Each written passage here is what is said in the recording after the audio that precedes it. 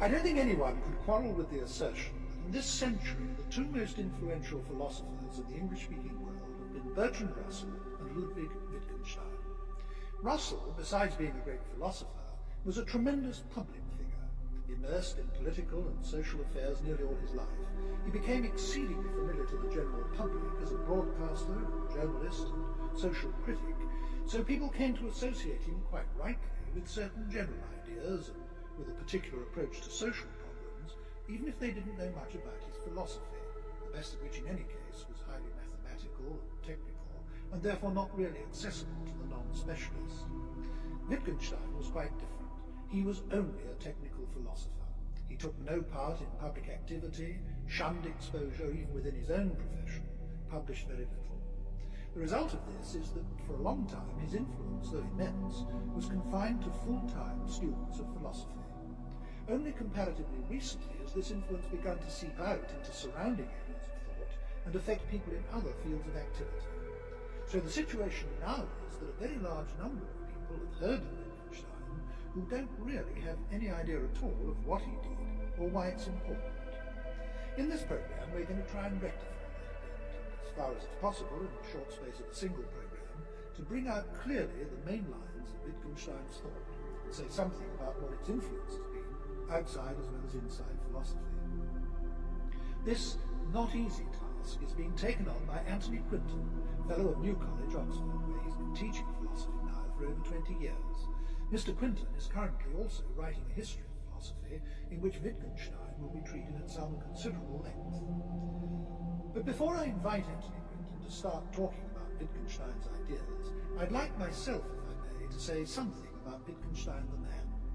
He was born in Vienna in 1889 and died in Cambridge in 1951, having incidentally become a British subject in his middle age.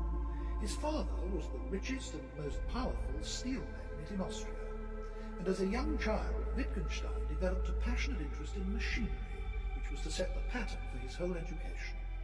His parents sent him to a school that specialized in mathematics and the physical sciences, and he went on from there to become a student in mechanical engineering. At the age of 19, he came to Britain as a research student in engineering at Manchester University, and it was while he was there that he became fascinated by what were in fact philosophical questions about the foundations of the mathematics he was using. He read Bertrand Russell's great book, The Principles of Mathematics, and this seems to have been a kind of revelation to him. He threw up engineering and went to Cambridge to study logic under Russell. And within a very short time indeed, he was producing original work of his own, which many people regarded from that day to this as work of genius. It resulted in the only book of his to be published during his lifetime, a book with the somewhat off-putting title Tractatus Logico Philosophicus, usually referred to by philosophers simply as the Tractatus. It was published in Austria in 1929 and in England in 1920. It was published in Austria in 1921 and in England in 1922. It's very short, but certainly one of the most influential works of philosophy to be published in this century. However, while it was exerting this tremendous influence over subsequent years, Wittgenstein himself was becoming more and more discontented with it. In fact, he came to the view that it was fundamentally mistaken, and he produced a whole new philosophy which repudiated his earlier one. During his lifetime, this second philosophy was disseminated only to and through his students at Cambridge, but after his death the whole mass of writings came out which embodied it too.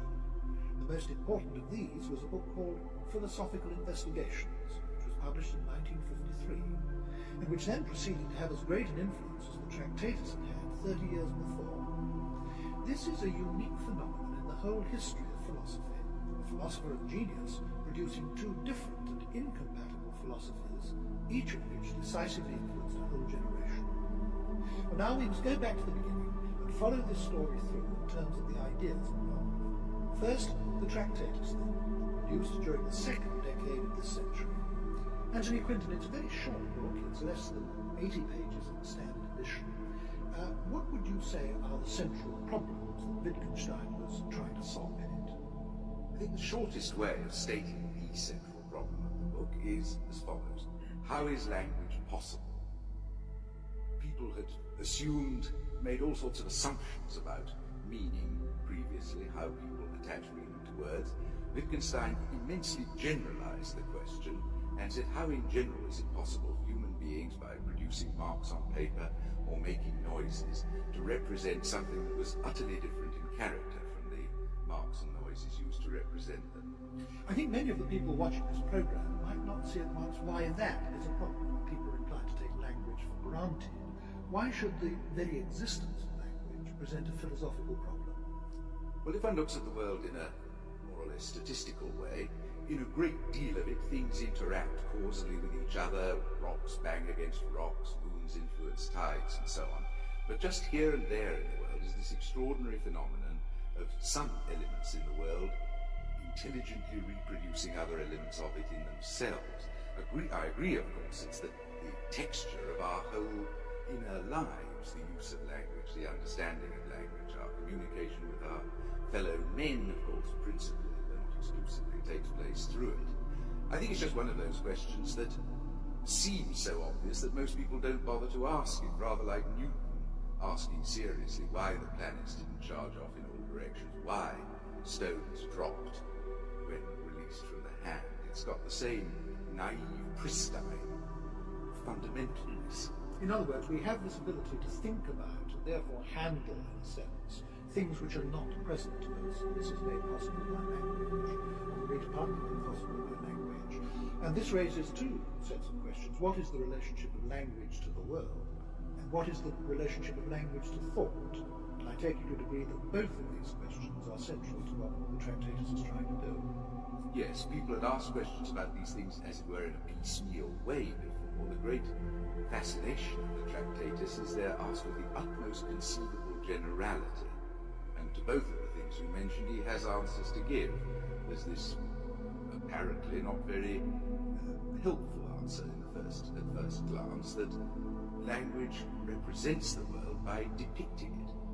Propositions are pictures, he says, of facts. And equally, propositions are expressions of thought. They're the vehicles of thought. They're what we think with. Now, there's another side to this coin, isn't there, that he was also concerned with. The very fact that he was concerned with the limits of what could be expressed in language and discovering what the limits were to what language could do, meant that he was also concerned with what language can't do. This was a very essential feature of the whole operation, and perhaps in some ways one of those that's had the largest possible influence, his insistence that the limits of language were clearly stated. And all this followed from his idea that language is essentially, and I have to insist, literally, pictorial in character. There's a well-known anecdote about Wittgenstein hearing of the use of some models in a French law court, I think it was, to represent the state of affairs in some street accident. And he had, confronted with this, the sort of experience that Archimedes cried Eureka about. This is it, I've got it. He said, that is the essence of language. And this put very serious constraints on language, that language had exactly to mirror states of affairs in which objects were engaged.